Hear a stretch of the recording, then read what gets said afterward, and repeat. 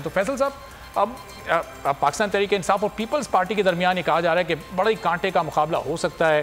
23 नशिस्तों पर ये इंतखाबात हो रहे हैं, ज़ाहिर एक नशिस्त पर बाद में इंतखाब होना है। 6 ख़वातीन की, 3 टेक्नोक्रेट्स की नशिस्तें हैं। अब तक की सूरत हाल पर क्या लग रहा है आपको, कौन सी जमात इस वक्त फेवरेट कही जा सकती है? देखिए, इसमें कोई बहुत मुश्किल कोई रॉकेट साइंस नहीं है। गिलगित बल्तिस्तान के जो शहरी हैं वो पूरे पाकिस्तान में सबसे ज़्यादा किसी भी इलाके के अंदर तालीम याफ्ता लोग हैं, ख़वातीन भी और मर्द भी, और बहुत सोच समझ के वो फ़ैसला करते हैं।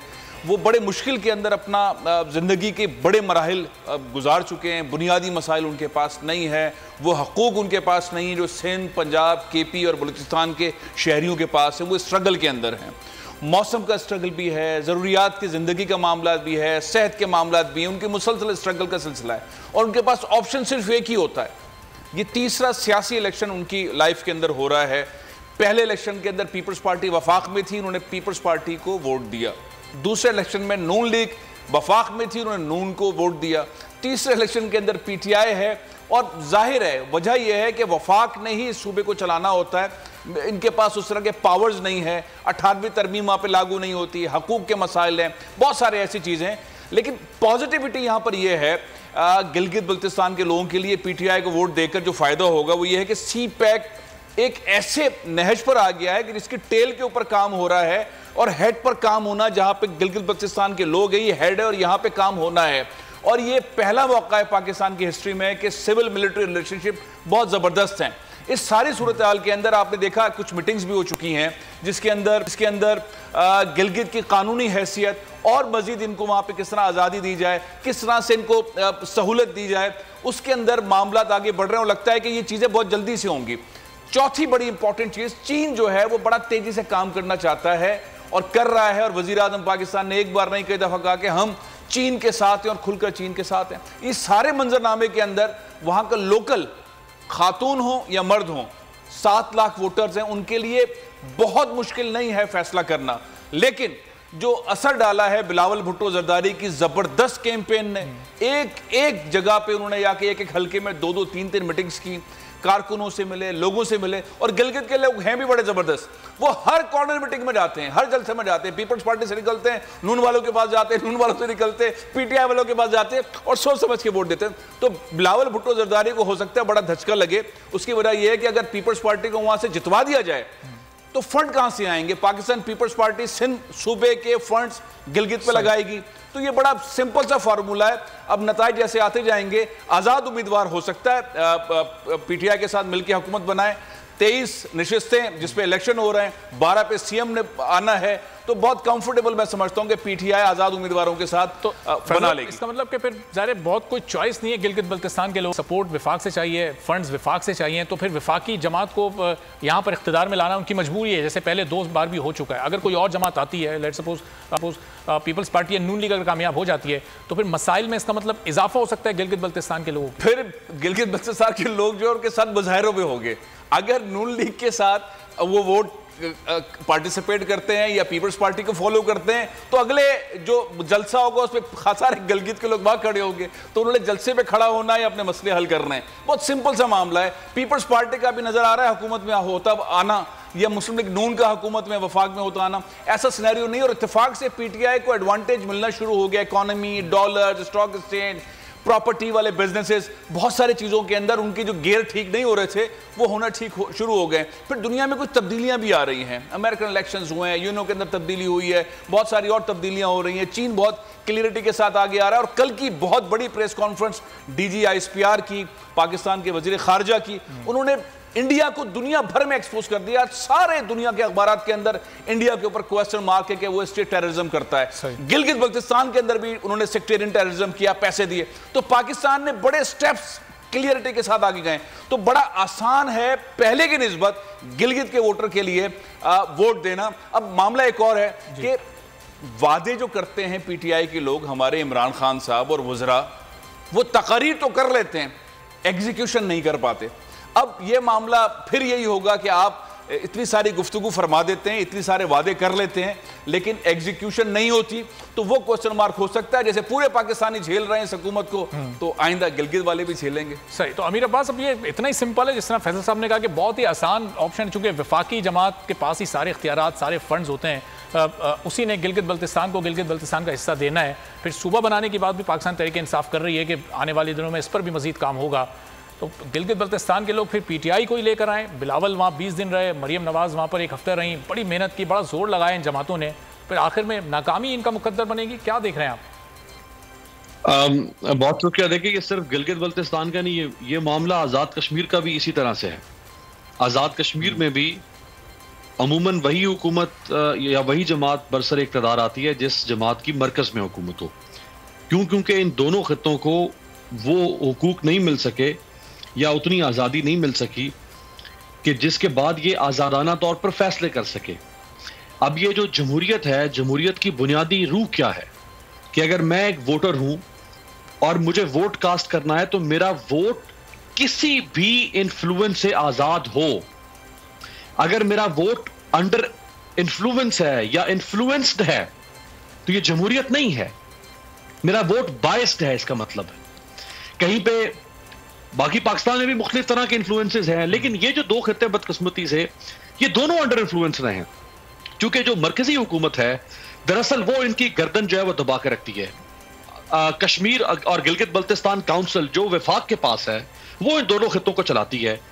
आहिस्ता आहिस्ता इनको हुकूक मिलना शुरू हुए। बड़ा ब्रेक थ्रू हुआ 2009 में, जब पीपल्स पार्टी की हुकूमत थी, इनकी अपनी कानून साज असम्बली बनी, और दो जिसके हुकूमतें जो हैं वो गुजरी हैं। अब ये तीसरी हुकूमत जो है इंशाल्लाह अब ये बनेगी आज के इलेक्शन के बाद। तो ये बिल्कुल आप ठीक फरमा रहे हैं कि वहां के लोग आज़ादी से फैसला नहीं कर पाते। अगर उनको, जैसे उन्होंने नून लीग को वोट दिया पिछली हुकूमत में, उनको नून लीग शायद ना पसंद हो, लेकिन उनकी मजबूरी थी कि नून लीग मरकज में है, अगर हम नून लीग को वोट नहीं देंगे तो नून लीग पैसा नहीं देगी। आप बाकी पाकिस्तान में देख लें क्या होता है।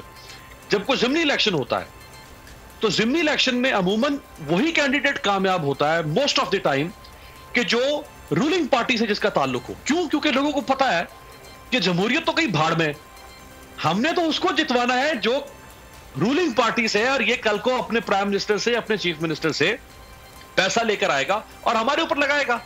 तो ये बदकिस्मती है हमारे मुल्क में कि वोट आजाद नहीं। अच्छी बात जो आज सारा दिन जो मैंने ऑब्जर्व की वो ये कि गिलगित बल्तिस्तान और आजाद कश्मीर और बलूचिस्तान, ये बदकिस्मती से पाकिस्तानी जो मेन स्ट्रीम मीडिया है, पॉलिटिकल पार्टीज को तो छोड़ दे, जो हमारा मेन स्ट्रीम मीडिया है, उनके नजर में ये बिल्कुल हेच और नीच इनकी हैसियत रही है बेचारों की।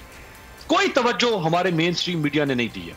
अच्छी बात यह है कि आज सारा दिन बोल समेत बाकी तमाम चैनल्स ने कवरेज की है और पॉलिटिकल पार्टीज वहां पे गई। जब सबसे पहले बिलावल गए, फिर मरियम गई, उसके बाद हुकूमत के लोग भी गए, जलसे दिखाए गए, एक डिस्कशन होती रही अखबारों में भी, टीवी चैनल्स में भी। ये जो तो ये एक बात है। अब चूंकि वहाँ के लोगों के पास कोई ऑप्शन, कोई चॉइस इस तरह की है ही नहीं सोचने समझने की कि ज़ाहिर है वफाकी हुकूमत में जो जमात है उसी जमात को यहाँ इक़्तिदार में लाना है। तो फिर पाकिस्तान तहरीक इंसाफ ने ये 5-6 इलेक्टेबल्स जो नून लीग से लिए अपनी जमात को, अपनी जमात में फिर टिकट्स भी उन्हीं को दे दिए। फिर ये ज़रूरत क्यों पेश आई? अगर पाकिस्तान तहरीक इंसाफ अपनी जमात के भी किसी आम से शख्स को ये टिकट दे देती तो कामयाब तो वो हो जाता।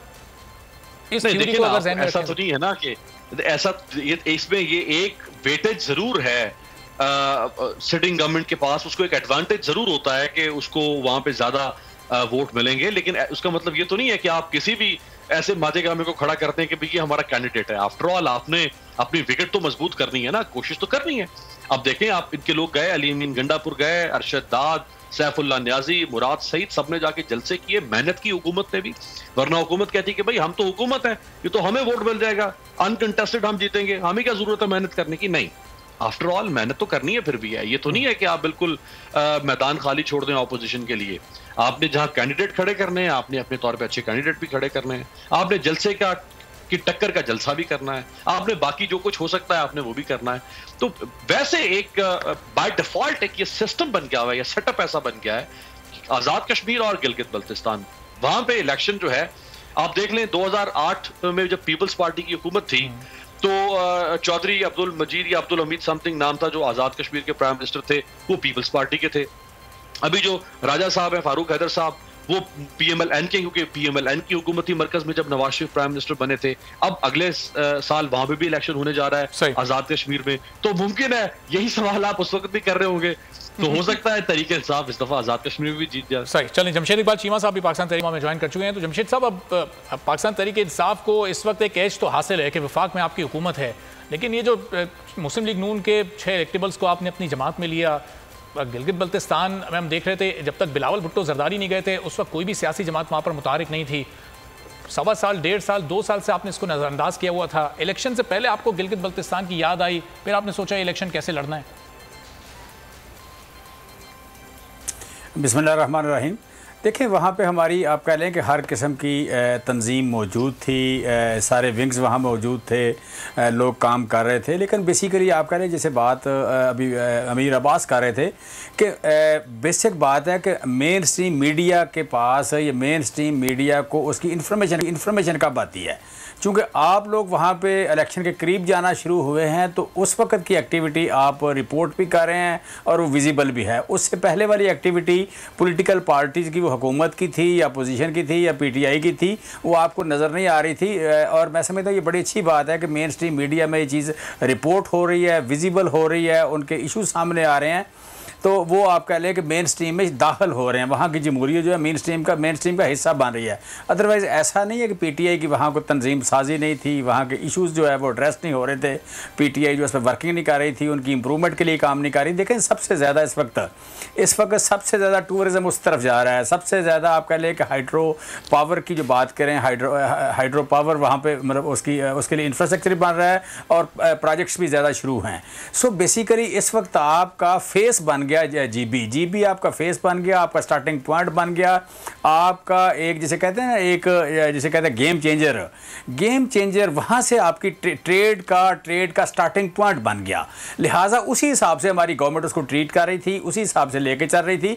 और आज मतलब पिछले 3 साल में, वहाँ ये 2 साल में हालात बड़े बदले हैं, बड़ी तेज़ी से बदले हैं वहाँ के लोगों के, और फर्दर तेज़ी से बदलेंगे। बाकी रह जाती है बात कि जो मेन गवर्नमेंट होती है उसको सपोर्ट होती है। मैं समझता हूँ ये शायद रिवाज की हद तक ठीक है बात, लेकिन ये कोई आप कह लें कोई डिस्ट्रिक्ट नहीं है, कोई लोकल गवर्नमेंट नहीं है, जिस तरह कराची जैसा कोई बदकिस्मत शहर नहीं है जीबी या कोई सूबा कि जिसको 2 सालों में कौन सा वहाँ अस्पताल कायम हुआ, कौन सा स्कूल कायम हुआ, कौन सा वहाँ बड़ा प्रोजेक्ट आपकी जमात ने लगाया। देखें, आपको कोई रिपोर्ट ऐसी नहीं आई कि कहीं जाके गवर्नमेंट ने उनके फंड्स के साथ कोई खलवाड़ किया हो, जिस तरह कराची में गवर्नमेंट करती है, सिंध गवर्नमेंट करती है। मैं समझता हूँ कि जब आपकी अपोजिशन की गवर्नमेंट होती है, वहाँ पे लोकल गवर्नमेंट जो थी, अपोजिशन की गवर्नमेंट थी, उसने हमारी तारीफ़ नहीं करनी थी। हमने उनको फंड्स देने थे, हमने उनको बजट देना था, जो उनका हक था वो देना था, और उन्होंने काम करना था। वो कहीं भी आपको रिपोर्ट नहीं हुआ कि हमने खुदा न खास्ता कहीं को डंडी मारी हो, कहीं उनके साथ कोई क्वेश्चन की हो, कहीं उनको फंड्स में कोई कमी हुई हो, फंड्स बेहतर हुए हैं। सो यही काम फेडरल गवर्नमेंट का यही काम था कि आपका फंड्स का जो मुस्लिम लीग नून के दौर में फंड्स उनकी अपनी गवर्नमेंट को मिल रहे थे, हमारे दौर में भी हमारी मुखालिफ गवर्नमेंट को उसी तरह फंड्स का फ्लो रहा है या इम्प्रूव हुआ है, कहीं किसी किस्म की कंप्लेंट नहीं हुई। तो यही सबसे बड़ा आप कह लें कि जो चीज़ आपको रिपोर्ट नहीं हुई, यही सबसे बड़ी सक्सेस है। वरना जब भी मुखालिफ गवर्नमेंट आती है तो लोकल गवर्नमेंट वहाँ की बैठ जाती है, वो उनके काम रुकना शुरू हो जाते हैं, वो चीखना शुरू हो जाते हैं। वो काम अगर नहीं हुआ तो समझे कि all is well, all was well. So हमने उसी तरह जिस तरह उनकी अपनी गवर्नमेंट उनको ट्रीट कर रही थी, उसी तरह या उससे बेहतर उनको ट्रीट किया, इसीलिए उनको कंप्लेंट नहीं आई। लिहाजा हमारा ईमान है कि गिलगित बल्तिस्तान जो है आपका स्टार्टिंग पॉइंट है फ्यूचर में इन लोगों का मेन स्ट्रीम में होना ज़रूरी है। आपके पानी के सूते सारे वहाँ से फूटते हैं, आपके तिजारत के सूते वहाँ से फूटते हैं, आपकी बिजली के सूते वहाँ से फूटते हैं। लिहाजा उसी तरह इस इलाके ने आगे जाना है और जाएगा इंशाल्लाह। सब्सक्राइब करें और बेल दबाएं ताकि कोई खबर रह न जाए।